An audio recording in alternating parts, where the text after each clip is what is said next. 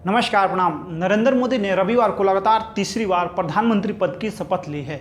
उनके शपथ ग्रहण समारोह में कई पड़ोसी देशों के राष्ट्राध्यक्षों समेत बॉलीवुड बिजनेस जगत की कई बड़ी हस्तियां शामिल हुआ है। शपथ ग्रहण समारोह की चर्चा पूरी मीडिया में है और विदेशी मीडिया ने भी इसको कवरेज किया है। नरेंद्र मोदी ने लगातार तीसरी बार प्रधानमंत्री पद की शपथ किया है। उनके साथ कैबिनेट राज्य व स्वतंत्र प्रभारी मंत्रियों ने भी शपथ ग्रहण किया है। झारखंड से अन्नपूर्णा देवी और संजय सेठ को मंत्री बनाया गया है। अन्नपूर्णा देवी तथा संजय सेठ को केंद्रीय मंत्रिमंडल में जगह देकर राज्य में ओबीसी आबादी को साधने का प्रयास किया गया है। झारखंड की बात करें तो यहाँ की 55% आबादी ओबीसी की है तथा सभी दलों के एजेंडे में यह समाज अनिवार्य रूप से आता है। अन्नपूर्णा देवी और संजय सेठ को मोदी कैबिनेट में स्थान देकर ओबीसी आबादी में ज़्यादा हिस्सेदारी वाले यादवों और वैश्यों को साधने का प्रयास किया गया है। झारखंड में यादवों की आबादी 14% है जबकि वैश्यों की आबादी 40% है। लगभग 6 माह में झारखंड में विधानसभा चुनाव होना है। इसे ध्यान में रखते हुए यह रणनीति बनाया गया है। आइए जानते हैं आज के इस वीडियो में कि झारखंड, बिहार, उत्तर प्रदेश, उत्तराखंड, मध्य प्रदेश, राजस्थान, गुजरात, छत्तीसगढ़, दिल्ली, केरला, महाराष्ट्र, इन तमाम राज्यों में किसको किसको मिनिस्टर बनाया गया है। इसके साथ ही सहयोगी दलों में किसको किसको मंत्री बनाया गया है। तो आइए आज के इस वीडियो में डिटेल में जान लेते हैं। नरेंद्र मोदी ने तीसरी बार पीएम पद की शपथ ले ली है। पंडित जवाहरलाल नेहरू के बाद वह ऐसा करने वाले दूसरे प्रधानमंत्री हैं। इस बार कैबिनेट में जगह देने वालों के लिए काफ़ी मंथन किया गया था। कोशिश यह भी रही कि सबको साथ लेकर चला जाए। इसके अलावा सामाजिक समीकरणों का भी पूरा ख्याल रखा गया है। एनडीए सरकार के तीसरे कार्यकाल में जहां पहले ही नरेंद्र मोदी ने एनडीए सांसदों को सर्वमत का मंत्र दे दिया था, वहीं मंत्रिपरिषद गठन में भी पूरा संतुलन दिखाया है। सहयोगियों के साथ सहमति बनाने में कोई अड़चन नहीं दिखी।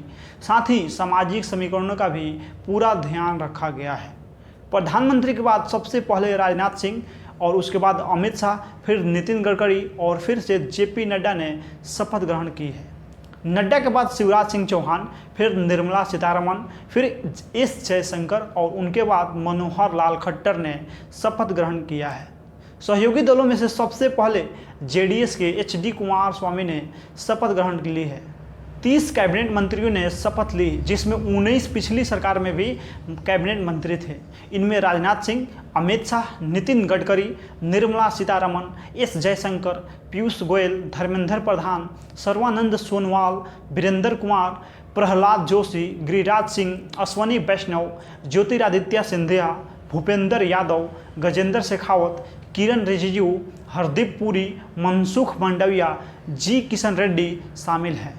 झारखंड से सांसद अन्नपूर्णा देवी पहले राज्य मंत्री थी, उन्हें अब कैबिनेट मंत्री बनाया गया है। इसके अलावा बीजेपी से सीआर पाटिल, जेपी नड्डा, शिवराज सिंह चौहान, मनोहर लाल खट्टर और जुएल ओराम को भी कैबिनेट मंत्री बनाया गया है। सहयोगी दलों में से 5 को कैबिनेट मंत्री बनाया गया है। इनमें जेडीएस से एचडी कुमारस्वामी, हम के जीतनराम मांझी, टीडीपी के राम मोहन नायडू, एलजेपी के चिराग पासवान और जेडीयू के राजीव रंजन सिंह शामिल हैं। कैबिनेट मंत्री में 3 पूर्व मुख्यमंत्री हैं। शिवराज सिंह चौहान मध्य प्रदेश के, मनोहर लाल खट्टर हरियाणा के, सर्बानंद सोनोवाल असम के पूर्व सीएम हैं। 30 कैबिनेट मंत्रियों में से 6 राज्यसभा सदस्य हैं। इनमें जेपी नड्डा, निर्मला सीतारमण, एस जयशंकर, अश्विनी वैष्णव, हरदीप पुरी और मनसुख मांडविया शामिल हैं। 5 इंडिपेंडेंट मंत्रियों ने शपथ ली है। इनमें बीजेपी के जितेंद्र सिंह, राव इंद्रजीत सिंह और अर्जुन राम मेघवाल शामिल हैं। ये तीनों पिछली सरकार में भी इंडिपेंडेंट मंत्री थे। शिवसेना से प्रताप राव जाधव और आरएलडी से जयंत चौधरी को इंडिपेंडेंट मंत्री के तौर पर शपथ दिलाई गई है।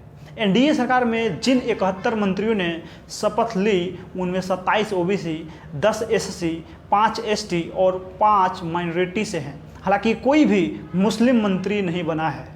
अब तक केंद्रीय मंत्री रहे अनुराग ठाकुर, स्मृति ईरानी, अर्जुन मुंडा, महेंद्र नाथ पांडे, नारायण राणे, पुरुषोत्तम रूपाला, आरके सिंह को इस बार जगह नहीं मिली है। अनुराग ठाकुर हिमाचल प्रदेश से, नारायण राणे महाराष्ट्र से और पुरुषोत्तम रूपाला गुजरात से चुनाव जीते हैं। चुनाव के दौरान रूपाला के एक बयान को लेकर खासा विवाद हुआ था और राजपूत संगठनों ने उनके खिलाफ मोर्चा खोल दिया था। स्मृति ईरानी ने जहां 2019 में कांग्रेस नेता राहुल गांधी को अमेठी से हराया था, वहीं इस बार वह अमेठी से चुनाव हार गई हैं। अर्जुन मुंडा, महेंद्र नाथ पांडे और आर.के. सिंह भी चुनाव नहीं जीत पाए हैं। पिछली सरकार में राज्य मंत्री राजीव चंद्रशेखर को भी सरकार में जगह नहीं मिली। उन्होंने केरल से कांग्रेस नेता शशि थरूर के खिलाफ चुनाव लड़ा था, लेकिन करीबी मुकाबले में हार गए। जहां कई बड़े नाम हार के बाद ड्रॉप हुए हैं, वहीं पंजाब के लुधियाना से चुनाव हारे रवनीत सिंह बिट्टू को मंत्री परिषद में शामिल किया गया है।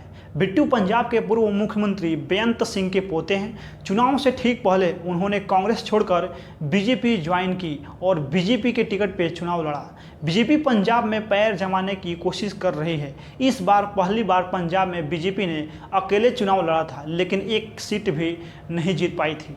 कैबिनेट मंत्री के तौर पे 2 महिलाओं को शामिल किया गया है। इसमें झारखंड से सांसद अन्नपूर्णा देवी और राज्यसभा सांसद निर्मला सीतारमण शामिल हैं। 5 इंडिपेंडेंट चार्ज के मंत्री हैं, लेकिन इनमें कोई महिला नहीं है। राज्य मंत्री में 4 महिलाएं हैं। इनमें अपना दल की अनुप्रिया पटेल, बीजेपी की शोभा करंदलाजे, रक्षा खड़से और सावित्री ठाकुर, नीमूबेन बाम्भिया भी शामिल है। इसी साल हरियाणा, महाराष्ट्र, झारखंड और जम्मू कश्मीर में विधानसभा चुनाव होने हैं। हरियाणा में जहां बीजेपी की सरकार है, वहीं महाराष्ट्र में एनडीए सरकार है। जम्मू कश्मीर में आर्टिकल 370 हटाने के बाद पहली बार विधानसभा चुनाव होने हैं, जो बीजेपी के लिए लिटमस टेस्ट होगा। फिर अगले साल की शुरुआत में दिल्ली में विधानसभा चुनाव होने हैं। बीजेपी ने अपने कोटे से हरियाणा से 3, महाराष्ट्र से 4, झारखंड से 2, जम्मू कश्मीर से 1 और दिल्ली से 1 मंत्री बनाए हैं। मोदी के अलावा कुल 71 मंत्रियों ने शपथ ली है, जिसमें 60 बीजेपी के और 11 सहयोगी दलों से हैं। बीजेपी कोटे से यानी 60 मंत्रियों में से अगर राज्यवार देखें तो यूपी से 7, गुजरात से 5, हिमाचल प्रदेश से 1, मध्य प्रदेश से 5, उड़ीसा से 3, नॉर्थ ईस्ट से 3, बिहार से 4, राजस्थान से 4, पंजाब से 2, तेलंगाना से 2, गोवा से 1, केरल से 2 और उत्तराखंड से 1, पश्चिम बंगाल से 2, छत्तीसगढ़ से 1 को मंत्री बनाया गया है। बीजेपी ने पिछले 5 सालों में अपने मिशन साउथ पे काफ़ी फोकस किया है। इसका बीजेपी को कुछ नतीजा भी मिला है। एनडीए संसदीय दल की मीटिंग में मोदी ने कहा कि दक्षिण भारत में एनडीए ने अपनी ज़मीन मजबूत किया है। उत्तर भारत के कुछ राज्यों में जिस तरह बीजेपी को लोकसभा चुनाव में बड़ा नुकसान उठाना पड़ा, उससे बीजेपी का मिशन साउथ अभियान और अहम हो जाता है। मंत्रिमंडल बंटवारे में भी इसका ध्यान रखा गया है। आंध्र प्रदेश से 1, कर्नाटका से 3, तमिलनाडु से निर्मला सीतारमण, एल मुरुगन को मंत्री बनाया गया है। तेलंगाना में 2 मंत्री बनाए गए हैं, जी किशन रेड्डी और बंदी संजय। बंदी संजय पहले तेलंगाना के प्रदेश अध्यक्ष थे, लेकिन उन्हें बदलकर राष्ट्रीय टीम में लाया गया। उस वक्त सवाल उठे थे कि उन्हें क्यों हटाया गया। यह भी कहा गया कि इसका नुकसान होगा और विधानसभा चुनाव में बीजेपी ने उम्मीद के मुताबिक प्रदर्शन नहीं किया, लेकिन लोकसभा चुनाव में बीजेपी ने तेलंगाना में 8 सीटें जीती है। केरल में बीजेपी ने पहली बार लोकसभा की सीट जीती है। त्रिशूर से सुरेश गोपी जीते और उन्हें मंत्रिमंडल में शामिल किया गया है। केरल से एल मुरुगन को भी मंत्री बनाया गया है। पूर्व राज्यसभा सांसद और अब उत्तराखंड से सांसद बने अनिल बलूनी के नाम को लेकर चुनाव से पहले ही चर्चा थी कि उन्हें मंत्री परिषद में जगह मिल सकती है। हालांकि उन्हें सरकार में शामिल नहीं किया गया है। बिहार में बीजेपी के पूर्व प्रदेश अध्यक्ष संजय जायसवाल के समर्थकों को इस बार उम्मीद थी कि उन्हें मंत्री पद मिलेगा, लेकिन वह भी सरकार में शामिल नहीं है। दिल्ली से मनोज तिवारी के नाम की भी चर्चा थी, हालांकि उन्हें भी मंत्री पद नहीं दिया गया है। तमिलनाडु से बीजेपी प्रदेश अध्यक्ष के अन्नामलाई को भी मंत्रिमंडल में शामिल करने की चर्चा थी, हालांकि उन्हें जगह नहीं मिली है। तमिलनाडु में बीजेपी के वोट शेयर बढ़ा हुआ है। कोडरमा संसदीय क्षेत्र से निर्वाचित अन्नपूर्णा यादव हैं। पिछली मोदी सरकार में इन्हें केंद्रीय राज्य मंत्री बनाया गया था। ये दूसरी बार मंत्री बनी हैं। इस बार इन्हें प्रमोशन देकर केंद्रीय मंत्री बनाया गया है।